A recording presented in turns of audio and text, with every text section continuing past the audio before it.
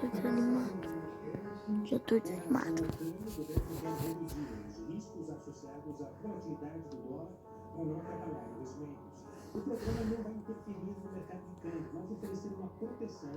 Põe em português, por favor.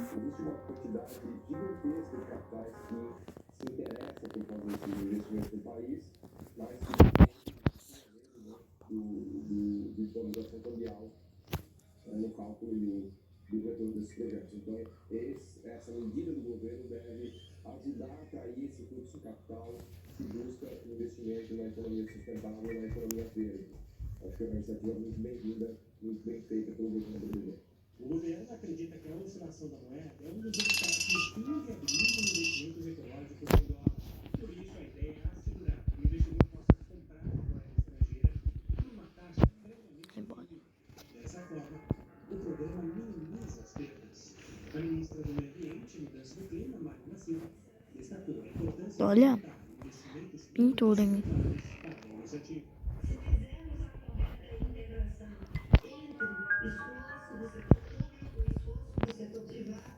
Ai, eu já achei.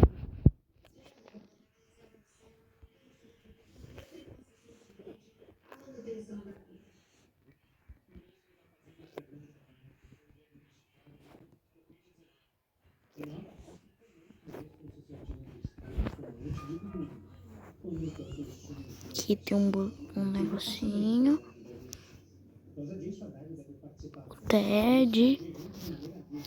Acho que eu sei onde que eles ficam.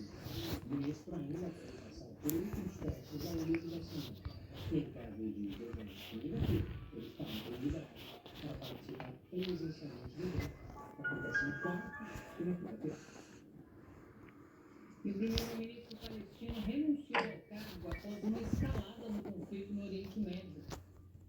Mohamed Shtayyeh é membro da autoridade palestina com sede na Cisjordânia ocupada e apresentou a renúncia para o cargo de primeiro-ministro.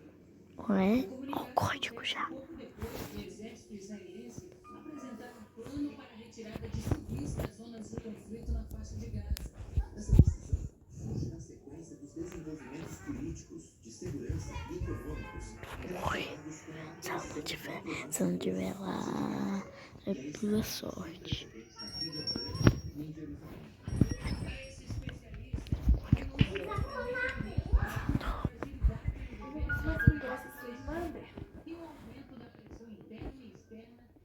Sim.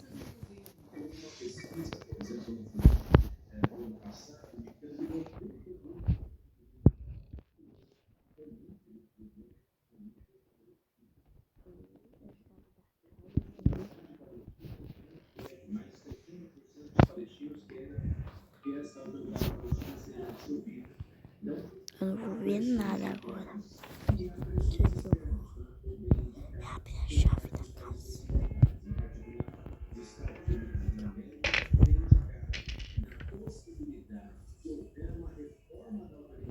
Aqui, ó, preciso de umas engrenagens.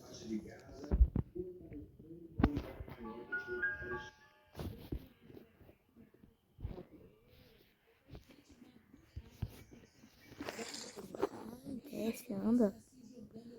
Não tem território não, meu Deus. que governa a faixa de Gaza e a autoridade palestina com poder limitado à Cisjordânia. Ó, passo dali. E A vitória contra o Peru, que já foi governador do estado, conquistou cerca de 20% da eleição. O meu fala que no nosso no Brasil acompanha a trilha do assunto. E agora, vamos passar a gente, o que essa vitória representa, pode representar as eleições? já vou abrir aqui. Ah, Bom, é uma vitória ainda, né? Para Donald Trump, que já é amplamente favorito, né? Uma vitória na casa da adversária, né? Nikki Haley, que foi governadora da Carolina do Sul, e então essa é uma vitória que ainda dá eu sei, eu acho. né? Vamos dizer assim, desse favoritismo de Donald Trump Que vai para ser embora lá. nomeado como candidato republicano nas eleições americanas de novembro. Eu tive dando uma olhada, né, ali nos dados mais detalhados essas áreas, né? Entre os homens, entre as mulheres. E na Carolina do Sul, essa votação, né, permitia que eleitores independentes e até eleitores democratas votassem nas primárias republicanas, né? Uma votação aberta, apenas os eleitores só poderiam escolher votar ou nas primárias republicanas ou nas primárias democratas, né? E mesmo assim essa diferença foi muito grande, de 20 pontos percentuais, como você acabou de falar, Gustavo. Então, Donald Trump amplia o favoritismo e agora que as primárias nos Estados Unidos entram num momento super decisivo, até 16 de março, nós vamos ter Fui aqui pra um spray. de 56% dos delegados nas primárias das eleições americanas. Então, até o meio de março aí, Donald Trump pode até confirmar já a indicação republicana para disputar as eleições Aí só uma, presidenciais em novembro contra o presidente quadro.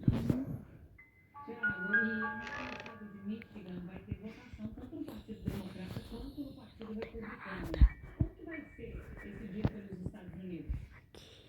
uma votação, né, primária Aqui não importante tem agora nada. em Michigan, que acabou alterando ali a data Pedaço das da... primárias no estado, né, uma decisão da governadora de lá. O que é isso? A primária em Michigan era em março, né, mas no meados de março e houve essa antecipação para a última semana de fevereiro, Michigan querendo ganhar mais destaque nesse processo eleitoral americano, que é um processo longo. Acho que eu consegui, né? Nos estados, até que sejam definidos aí os delegados de cada partido e o indicado possa conseguir os delegados, né, 1.215 delegados para ter essa indicação do Partido Republicano para e também o presidente Biden, né, que de certa forma também tem um nome mencionado, né, nas primárias, né, mas ele não tem nenhum, por exemplo, o presidente Biden não tem nenhum adversário assim relevante.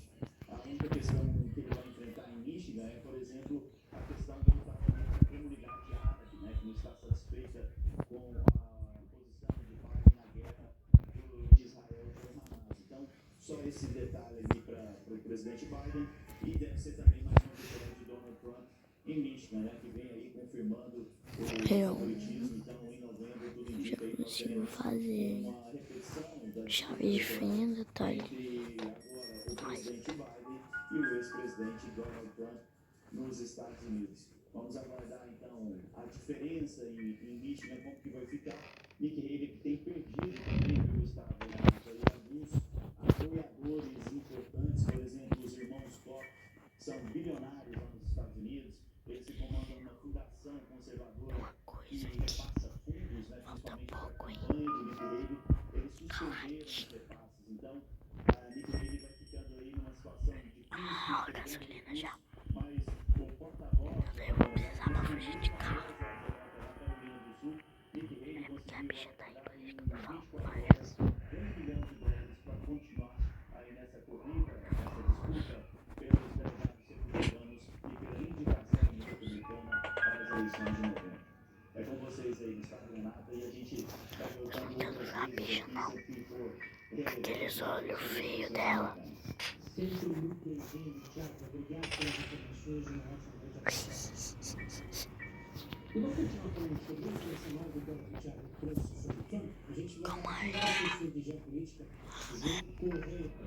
João, mais uma vez seja bem-vindo ao Jornal da Record News. Eu queria começar justamente com esse ponto que o Tiago levantou. De Nikki Haley, vou falar mais do Trump.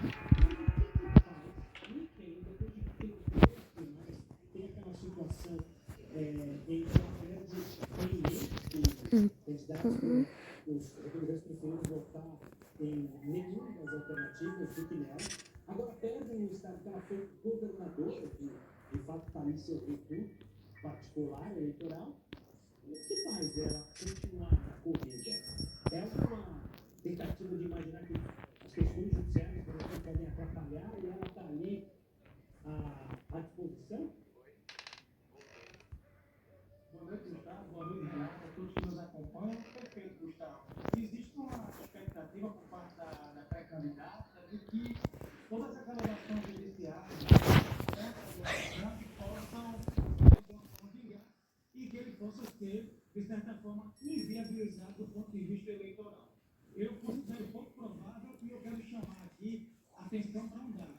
Desde 1972, ou seja, há décadas que as primárias são aplicadas, essas prévias eleitorais americanas, você percebe que quando um candidato ele perde no seu recurso de origem, então ser governadora, no caso da Carolina do Sul, fica muito difícil dessa pré-candidatura dela prosperar. É importante lembrar também que Donald Trump se mostra um fenômeno eleitoral, ele que já foi apontado por alguns como acidente industrial da história, mas em verdade, no último pleito, mesmo perdendo, ele conseguiu a segunda maior votação dos Estados Unidos, com cerca de 75 mil. Mas o que nos leva a crer, ela é a única que segue na disputa, né?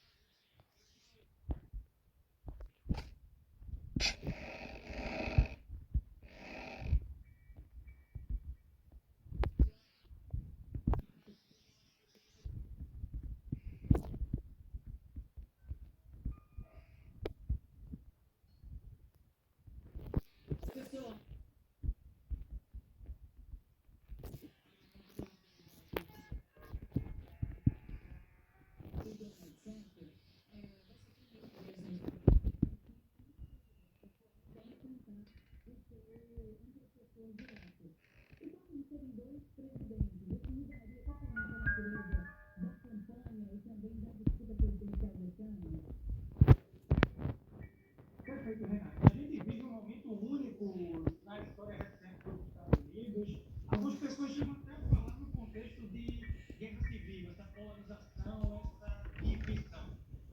Chegaram a cogitar a candidatura de Joe Biden. É uma candidatura fraca, na medida por conta dessa questão mesmo da popularidade. Ele enfrenta questões internas que ele prometeu resolver, questões domésticas que não foram resolvidas.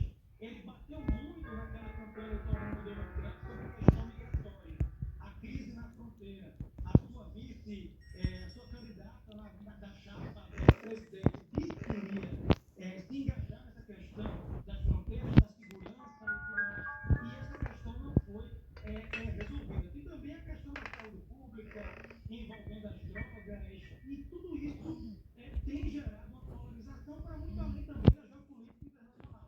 Donald Trump, agora no sábado, ele deu uma declaração muito forte, dizendo que se ele fosse o presidente, essas guerras que estão acontecendo por agora, entre Rússia contra a Ucrânia, não iriam acontecer, e os ataques do Hamas naquele 7 de outubro, naquele sábado sangrento, também não aconteceriam, porque a imagem de Joe Biden é uma imagem de um líder, na verdade, de uma falta de liderança de um presidente fragilizado. Você já Tudo isso é colocado em jogo, inclusive, eu falo muito sobre isso nas minhas análises, e ainda há tempo de Joe Biden não do mês de agosto, foi desse tamanho de colocar, de viabilizar uma candidatura competitiva, mas com outro partido em 1942, e que já deu sinal de que tem questão envolvida com a saúde e a própria fragilidade de imagem perante o eleitorado, inclusive o eleitorado democrata, como o nosso colega nos Estados Unidos disse há pouco, correspondente também, a questão do eleitorado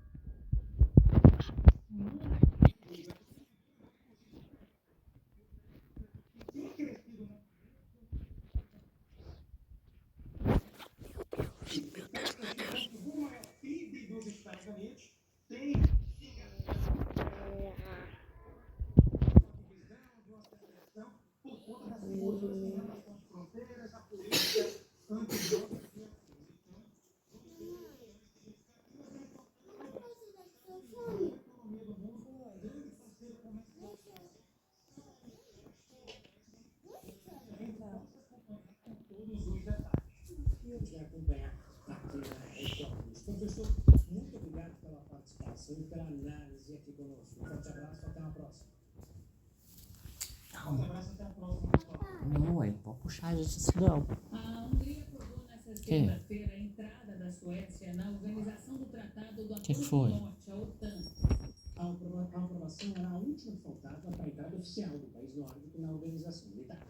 O parlamento húngaro aprovou com 188 votos a favor e 6 contra a entrada da Suécia na OTAN, após adiar a decisão por mais de 18 meses. Para ingressar na organização militar, era preciso a aprovação de todos os integrantes da organização. O primeiro-ministro sueco classificou a entrada oficial do país como um dia histórico. Ele afirmou ainda que o país está pronto para assumir a responsabilidade de ingressar na OTAN.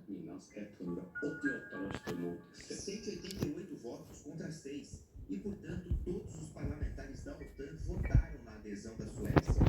E é claro que estamos testemunhando um dia histórico. A decisão do parlamento húngaro é o último grande passo antes da Suécia poder ser membro de pleno direito da OTAN.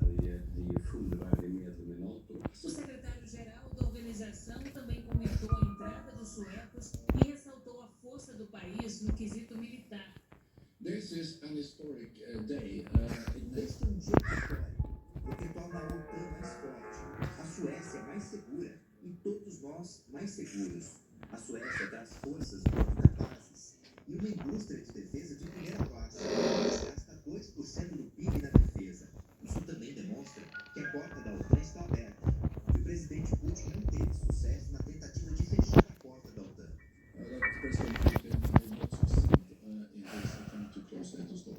Agora, após a aprovação do parlamento, é necessária uma assinatura presidencial da Hungria para endossar formalmente a candidatura sueca à OTAN, o que é esperado que aconteça nos próximos dias. Em seguida, o país nórdico se tornará oficialmente o 32º membro do acordo militar. Com a Suécia participando da OTAN, toda a costa do Mar Báltico fará parte do território da aliança, com exceção da costa da Rússia e Kaliningrado.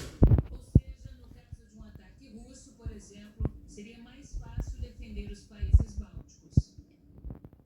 A cidade de São Paulo registrou 16 mil casos prováveis de dengue e uma morte em menos de 2 meses, segundo a Secretaria Municipal da Saúde. Em comparação com o mesmo período do ano passado, quando a cidade notificou 1.300 casos, nas primeiras 8 semanas do ano, o aumento chega a ser de 1.103%. 19 mortes continuam em investigação. A Secretaria Municipal da Saúde diz que intensificou a atuação de combate ao mosquito, com um aumento em 6 vezes no número de agentes atuando nas ruas. O imunizante é destinado a crianças de 10 e 11 anos.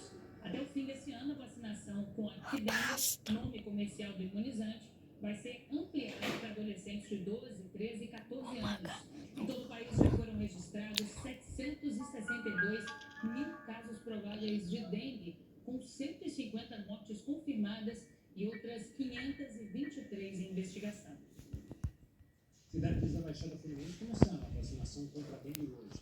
Nesse primeiro momento, crianças de 10 e 11 anos podem ser vacinadas. Quem tem os detalhes sobre a doença no estado Meu Deus. Olá, boa noite, Gustavo, Renata, boa noite a todos. A Se vocês vacinação querem da parte dengue 2, começou deixa o like, nesta inscreve no canal. segunda-feira Tchau.